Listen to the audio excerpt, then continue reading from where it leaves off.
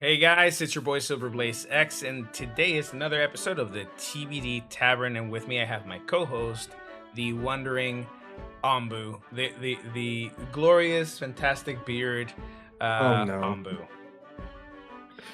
What are you Today talking? We're we're both actually rocking the beards. Look at that. Look at that. Look not at how no good yours no is. no no no not as okay a little bit not as good as you, not as good as you, not as good as you. Nah. But I'm kind of excited for today's episode because we're talking about the anime world's John Wick, except it's no dogs were hurt in the making of this, and the wife's not dead, and he's fat. Well, I'm sorry, I'm fat, so that's why I feel comfortable saying it. By no means am I. He No, just got a dad bod. That's I'm it. not trying to He's got a shame dad bod. Sakamoto. I'm just saying, he's rocking that dad bod very well. Good for him. Mm-hmm. But overall, the that's the more I went back into it and I read it again a little bit, and then I was listening to a couple of other podcasts and videos about it, and I was like, yeah, this is John Wick. This guy is Mm-hmm. a cool person who was at the top and the peak of the assassin world, right? And belonged to this very big organization, and he left because he found love, right? Which is what happens with John Wick, right? John Wick Yeah. found love, and he leaves it, but somehow that kind of world tries to bring him back in. Did I do a good job there, Ambu? No, I you do a did good job? great. So yeah, he's just he becomes a family guy. He's just like, all right, gonna settle on in. I'm done. I'm retired. But I think what makes it funnier is so we're gonna jump. I'm just gonna jump ahead. You find out that Do the it. reason why he gives up being an assassin is because his girlfriend at the time turned wife is like, oh, I don't want your bloodstained present that you're trying to give me. So I'm tired of you killing these people. He's like, but I needed to buy you a gift. So to prove her point about to stop killing people, she jumps off a ledge over a railing, and to get him to catch her and save her. And then she's like, "See, the way that you wanted to you worried about me, you wanted me to live. Other people have that too. So no more killing, and we have to help people." So he decided that he was going to be a convenience store owner slash jack of all trades who helps Jack of everybody all in the trades. village, and just retires out of nowhere. And he just seems like a very innocuous, pudgy dad who's very loving and very happy and everything. Got the little mustache going, and then the glasses, and just chilling and everything. And then yeah, we start off in this world where he gets visited by Shin Asakura, which was a clairvoyant who used to work with him in the Japanese Assassination Association, or JA, I think is what they call it later on. And you find out all this other stuff. So Let go me ahead. let me ask you this really quickly, because it's always weird to me. But what do you think? What are your thoughts on how they executed that? Why did they need to add that? I think just adding that Shin was part of the organization was already clean enough. Why do you think they needed to add that he was clairvoyant? Right? I feel like a lot of these Mhm. stories are really good. The plot, everything, it's funny, it's adorable. It's got action, it's got a little, it gets dark, right? 'Cause it's assassination. Mhm. No, assassinations are wholesome. Yeah, But of course. right. But then they add that he was clairvoyant, but genuinely clairvoyant, it's a power, right? So now it's a little bit fantasy. It's not necessarily slice of life, and I'm not saying that an assassination group or isn't a little bit fantasy, right? But it is very Of possible, course. right? Yeah. Right? Yeah. But what are your thoughts on how they decided to add that, sprinkle that in? It's here's some clairvoyance. Well, I mean, it's definitely a gimmick, and it's a plot device, obviously, to make sure that Sakamoto doesn't say all this stuff in front of his daughter, right? Because the whole entire thing is he's a daughter's, he's a dad, right? So I think it's a whole thing to make sure that he can coordinate these recon missions or rescue missions, or deal with these battles without his daughter hearing about his past, because I don't know if him and Ioi, his wife, like have talked about it in front of his daughter. So it's kind of like it's a very good, convenient plot device that works really well to let it still be like that comedic slice of life drama with the assassination stuff that kind of plays out. So it gives it that comedic balance. And then you imagine like the way that Shin uses it against other people too, it adds to make like tension pretty good. So yeah. I liked it. Like it's a gimmick for sure, but like it is pretty fun. But what do you think?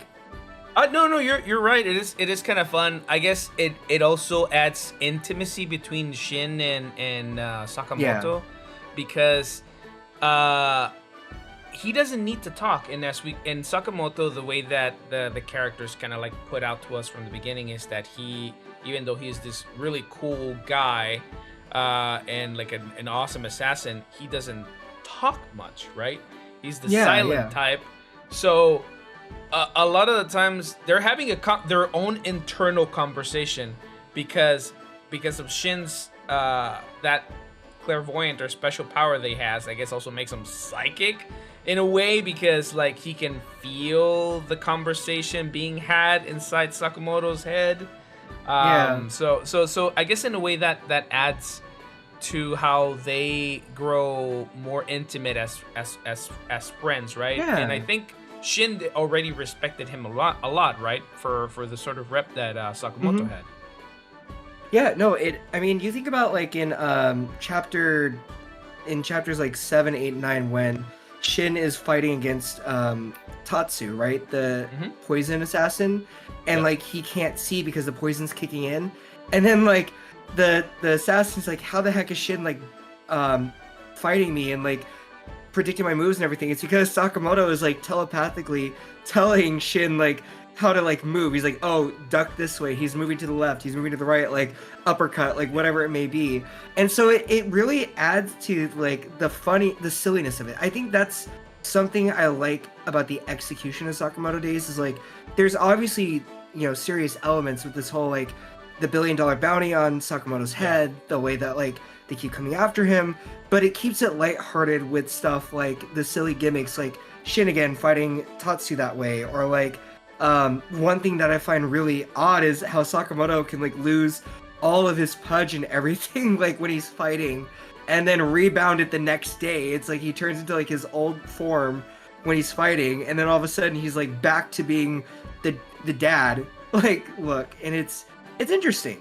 I don't know, like so like a Choji from Naruto. Yeah, that's a good comparison. But like, actually, let me throw this back at you. What do you think of like the balance between like the shonen elements and then like the slice of life comedic elements? How do you think Sakamoto Days does with like blending those two together? I don't know. I think very well, because I guess I really can't tell where the line is towed, and they switch it out so well that I don't know. I guess it's very well. I'm sorry, that's a light answer. Because I hadn't even realized. If you ask that to me in that way, I can't really tell. I guess it just toes it very, very well, and the switch back and forth between that kind of like reality and that sort of like fantasy. I guess the only thing that threw me off was that like here's some clairvoyance, but aside from that, everything else is pretty good. Like I don't know how he has the energy. Oh hell, I don't even know. How is he that big and he burns that much calories, right? Like all the things the guy does, you know. Yeah. And we do see him eat, but not like a lot. Where like it's like, okay, that's why the guy's big, you know. I think if anything, to add more to the gimmick, they give him the dad bod to make it funny, right? But that's about it. I just like how it's been done so far. But again, the science doesn't science, man. Ow. No, yeah. Is something wrong with me, Anbu? Should I be go killing stuff now? I don't know. Should Maybe I go you should kill go watch things? Twisters again, dude. I'm kidding. Whatever. I'm kidding. But I'm good. I'll stay like this. But no, you're right though. It is odd because you imagine like the amount of calories he'd have to burn to turn back into peak form and then to magically bounce it back. The dude had to like eat 50 or like 100 pork buns or something just to like get back to that in a night, wolfing it down or whatever. But yeah, I don't know. I like, maybe I called it wrong. Maybe it's not a slice of life. Maybe I like the comedy of it, right? Like you said, it does a good job of blending like the real life, like, oh, I've got to manage a convenience store type of thing with the like shonen elements of like an insane OP and like fighting against enemies that grow in power and scale. But it does it in such a way that's so comedic that like it all comes together so well. And I think that's what makes Sakamoto stand out to me, and its execution overall is that like it blends so many things so well together that, like you said, I don't know where the line is drawn, but like there clearly are these like elements coming together very well, and they manage together. Right. No, for sure. I was reading here what you put, and I'm a little bit thrown off. You're gonna laugh at me because this is actually the first time that you've read something that I have not read. Say what? Kagurabachi. And I didn't see that earlier before we started writing, and I am so sorry. We started recording. No, that was I threw that But in, and then I think I mentioned it like as a throwaway. I'm sorry. I know you're okay. I was reading it right now, and I'm all like, "Can we stop recording so I can go read this, please?" You should, because that looks really good. So, can you tell me really quick about Kagurabachi? Because that looks really interesting. Is a fantasy world actually, where the main character, I'm forgetting his name off the top of my head, but his dad made these mystical like powerful swords that Japan used to basically end war. So like they were so powerful in their magic and their abilities, they would choose their wielder and then like, whatever. And so after the war was done, he tried to seal them up so that way they could never be used again. Well, his dad got assassinated, and then his dad left him a seventh sword. So there were 6 of those swords, but nobody knew about the 7th one. So basically, it's this dude getting revenge for his dad, trying to get the swords to preserve them, to keep them out of like the hands of evil organizations. And then you've got like magicians, you've got like all this other stuff. There's this discussion on weapons of war and when are they good versus bad, and what defines morally good and bad in war. So it's a really good one. The reason why I brought it up in the question is because, let me ask you this, okay? Let's. I'm gonna throw a different question at you that I didn't write down, so forgive me. So, no, you're fine. We know that Shonen Jump always has their big 3s, right? Yeah. So there's always like One Piece, Bleach, and Naruto. Sorry, Kaze was like in the background being like, So there's Naruto, Bleach, and like Dragon Ball Z were like the original big 3, right? Because those are the ones you look forward to. Then recently it was My Hero and Jujutsu Kaisen, and still One Piece, because One Piece. Oh, and One Piece, because how would you not like forget One Piece? Sorry, One Piece fans, don't kill me. But like, you know what, One Piece? Just really quick. Yeah, I'm over One Piece at this point. Did you hear that, Narek? I'm kidding. I am sorry. It's getting redrawn. They're doing it again. Why? Let's just end it, man. Please, just stop it. Talk about that. We should talk about that in another episode and have like Narek join us for that. But you got it. Anyway, so here's the thing. So Shonen Jump is looking for their next big 3. That is basically what the discussion is. So like Kagurabachi is getting enough hype to where it's obviously they think it's gonna be one of the big 3. So my question to you is, do you think Sakamoto Days has the weight and the like storytelling to be considered a big 3 for Shonen Jump? No. Here's the thing, right? It's a really good slice of life story. It's got good comedy. But I think the difference that I'm seeing here so far, and correct me if I'm wrong, is that the protagonist, right? Mm-hmm. Is already at an end game in his life, meaning that he's already married and has a kid, right? And out of all of the big 3s historically, there has never been that. Also, it doesn't have enough fantasy, and all the other big 3s have always had a lot of like fantasy, magic, powers, a lot of big action scenes. And I know that Sakamoto does have some action scenes, but they'll never be at the scale of Bleach, and yeah. they'll never be at the scale of Naruto. They will never be Dragon Ball, right? They'll never be any of those big epic fights. We'll see big rumbles, right? Like, but and I haven't finished reading all of Sakamoto Days, so maybe at some point Sakamoto has like some innate powers and like he turns into an alien, or I don't know. But here's the thing: even if that was to happen, I think it would ruin the story. I like Sakamoto Days the way it is right now. I like the premise of it. I like how it is right now, but I don't see it going for too long. I feel like it's gonna end much sooner than what we usually see in Shonen Jump or any of these types of series. If it went, I would prefer it that way, right? But that's just my opinion. I feel like if it went any further, it would be another One Piece where like they're just trying to. I'm just kidding, One Piece. No, I'm not kidding, One Piece. I said what I said. What I said. Come at me, Narek. But no, here's the thing. I personally think that the era of big threes is starting to die out. And hear me out on this, okay? I'm gonna try my best to argue it. The reason for that is because I think a lot of taking off the hat and everything. No, but like hear me out. Though, hold my earrings. Apollo, hold my earrings. Okay, Kaze, hold on. Give me 30 seconds, everybody. Sorry, 1 second. I've got a tavern cat that wants to get out real quick. No worries. Tavern cats, they are very calculated, very powerful, very strong tavern cats. They're used to make sure that people don't leave without paying their tab, so we really don't want to anger them. So she good call. Was telling me that it was somebody that was actually trying to get out from their bills, so bear with me. But I guess what I was trying to say about the big three is this. She was this close from coming behind you and just being like with her claw out. It's like, I said, let me out, Anbu. I've got... God,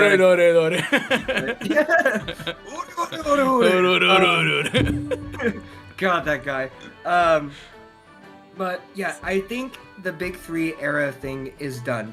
And I say this boldly, and I will be happy to be wrong, but a lot of the manga that was considered the big three or would be the next ones are either ending early or like they are but they're ending by like the mangaka's choice, which is great.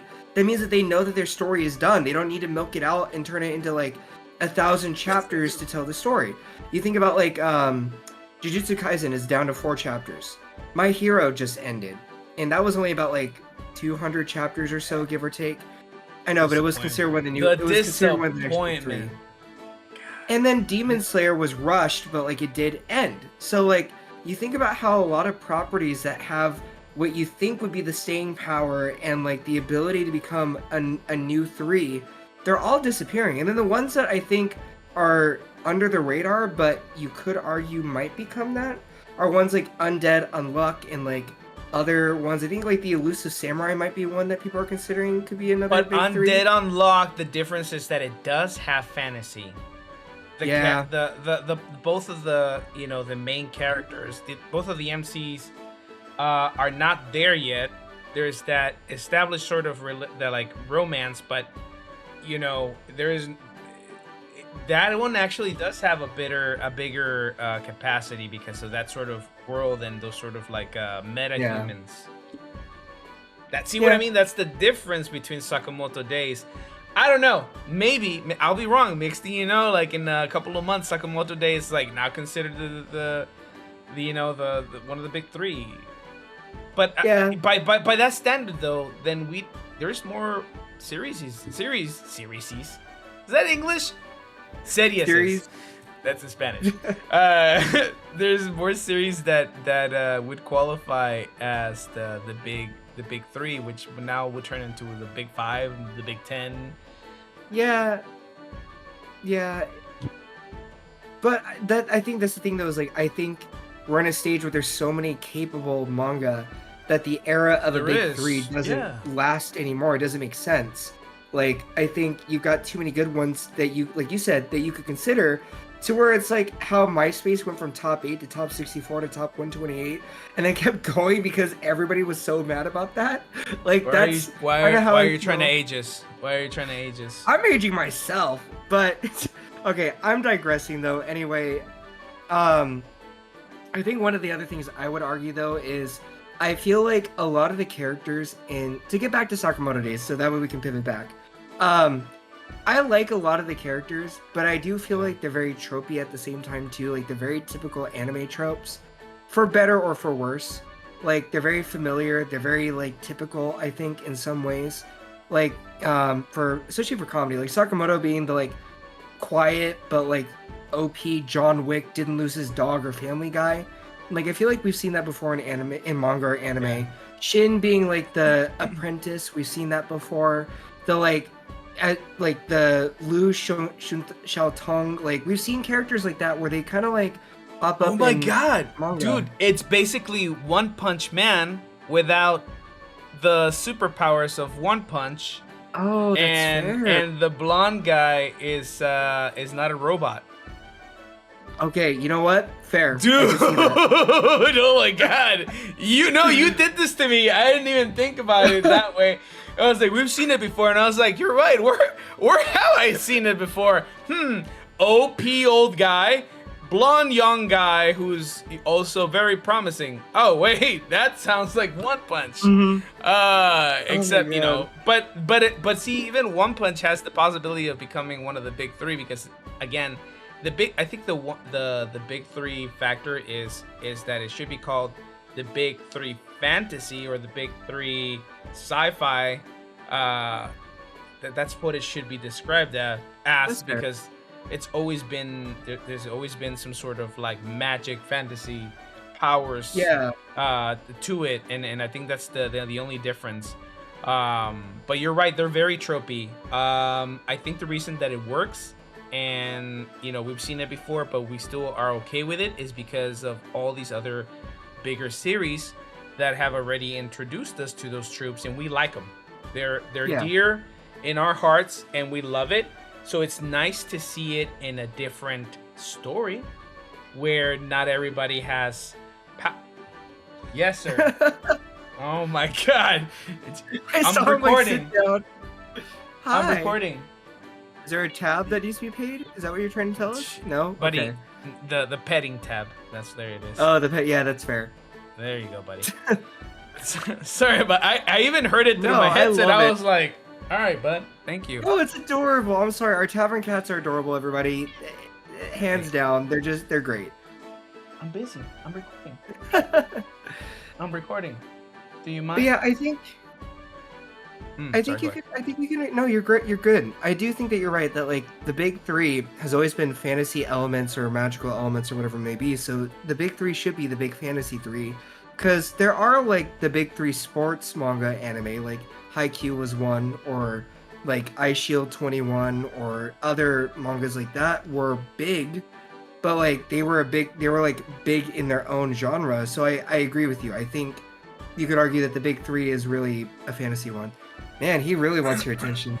No, did you see him though? I was like petting him, and then he just kind of like went like, he just fell off the bed. Oh my gosh. He's dove into the pet. Yeah. But then when I moved my arm, he was like, mother.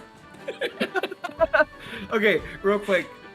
Everybody in the tavern, I know we're talking about Sakamoto's, but like I have to tell you, our cat Marty, the other tavern cat that you haven't seen in a while, he'll do this thing where he'll like stretch out and put his arms like this, and then like fall off the bed and then roll into like standing on his feet. Like that's what he does now. He just like stretches to fall off the bed and then goes about his day, just like you're like, why? Why? Okay. Oh, look at him. Way, Marty. Yeah, I'm so sorry. No, it's okay. He just wants the pets. But he did a good job. He killed a couple of goblins today, so he's good. He's good. Really quick. How are we doing in time? By the way, we're past. We have 10 minutes, so we're good. Okay. I just wanted to say that the other day I came home, and there was like the biggest wasp in my apartment, and I don't know how it got here. I don't know how. Oh my god. But these beautiful cats were not doing anything about it, and instead they were just kind of like following it around and kind of like showing them the place. And this is where we sleep, and this is where the fat man gives us treats, and and this is where we poop.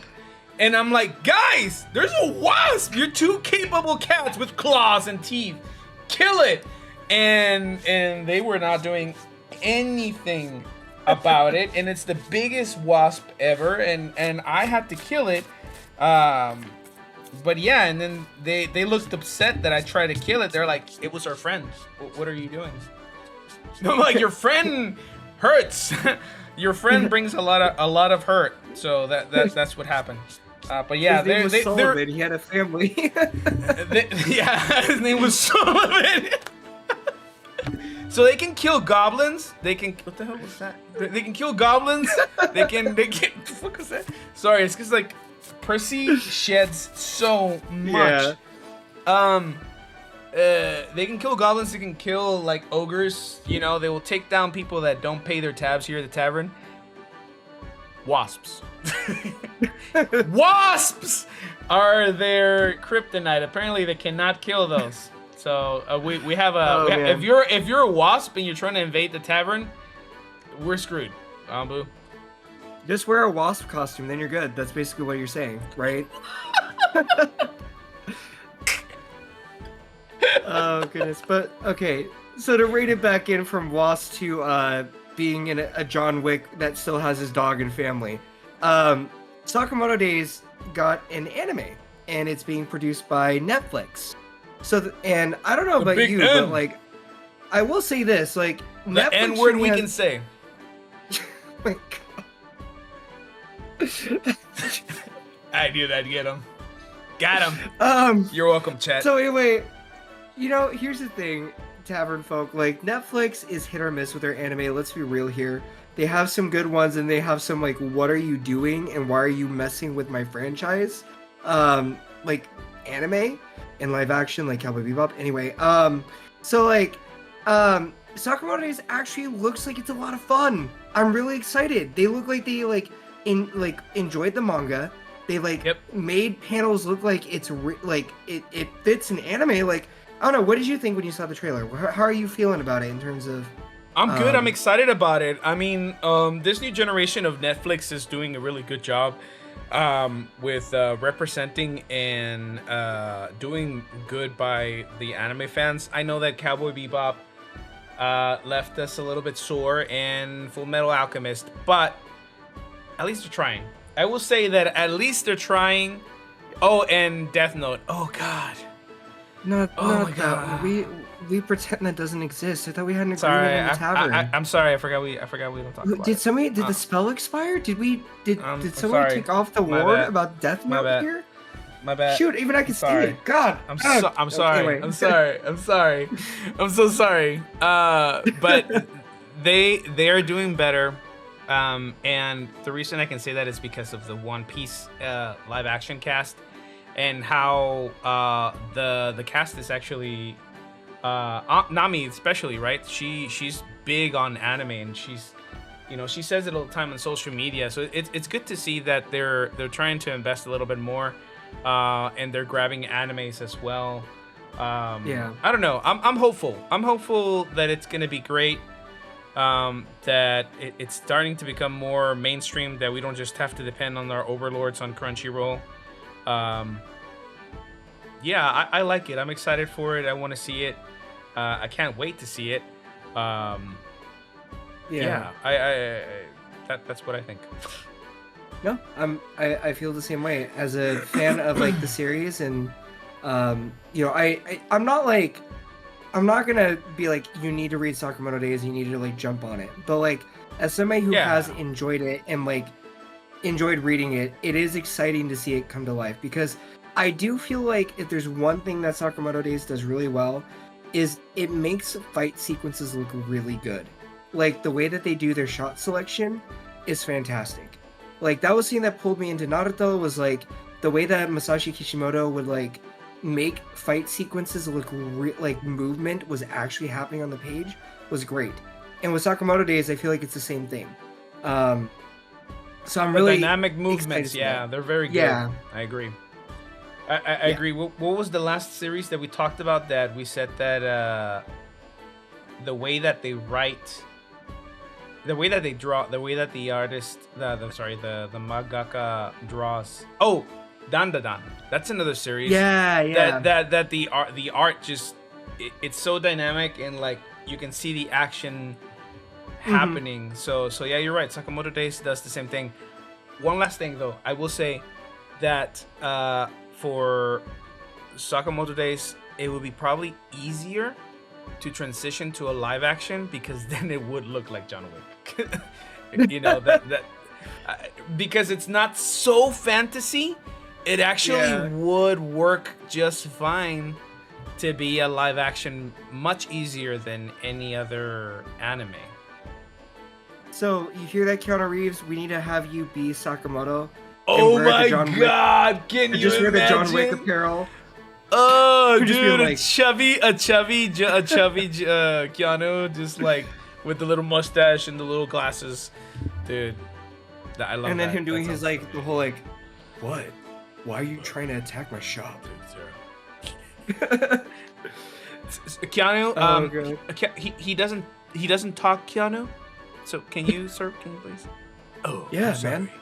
You're beautiful. You're beautiful. I'm sorry. You're beautiful. Yeah. I was trying to get in character, you know, trying to nail Sakamoto, but okay. All right. Well, we won't talk anymore. Oh, so the conversation they're having is internal then, right? You know, I'm just putting words to that internal conversation between Sakamoto and Shin. So I'm sorry. You're beautiful. You're beautiful. Thank you. You're beautiful. You're great. Hey, Keanu, we appreciate you, by the way. John Wick is great. Yes, Keanu, if you ever listen to this, I'm sorry. There's no hate. I love you. Please have my show. Please be on our podcast. Please be on our podcast. But anyway, yeah. Do you have any final thoughts on Sakamoto Days? Anything to sign off on? Sorry, I got distracted. One of the tavern cats kill himself. No final thoughts. Read it. It's a good palate cleanser. It's not like you have to do it right now, but it's like sometimes some of us read certain mangas that are very weird and twisted, like the one I just recently sent Anbu. I'm really sorry, but not sorry. And then you just need like a palate cleanser. No, nothing. I know it I'm is. Good. Oh, okay. I was like, oh, never mind. He probably blocked it. His psyche just kind of blocked it. But sometimes you need like a palate cleanser series in between. This is a good palate cleanser series. I would recommend that you just take your time with it and read through it to just, you know, feel good once in a while. Have fun, enjoy it. Like if you need a break, if you're burnt out on a series or like you're burnt out on reading so like, you know, you just need something like you said to kind of like just have fun, turn your brain off and whatever. Definitely recommend Sakamoto Days. I'm not going to tell you it's like one of my top ones of current manga, but like it is a lot of fun. So if you want something to be like laid back, you can just like it's a breeze of a read is what I'm trying to say. Then I would say like go for it. It's very easy to read. And don't forget to hit that subscribe and turn on those notifications, and also comment and tell us what your experience has been with Sakamoto Days. Do you think Keanu Reeves would be a good live action actor to play Sakamoto? And if you are Keanu Reeves especially, please leave a comment or send us an email to the TBD Tavern, and you'll be able to find our email on our channels. Guys, thank you so much again. Don't forget to pay your tabs. If not not this Ninja Cat. This Ninja Cat, I think he just knocked himself out. He's on the floor. Oh no. Don't worry, we still got 3 to defend the tavern. But don't forget to pay your tabs. Thank you so much. Y'all have a good night. Take care, everybody.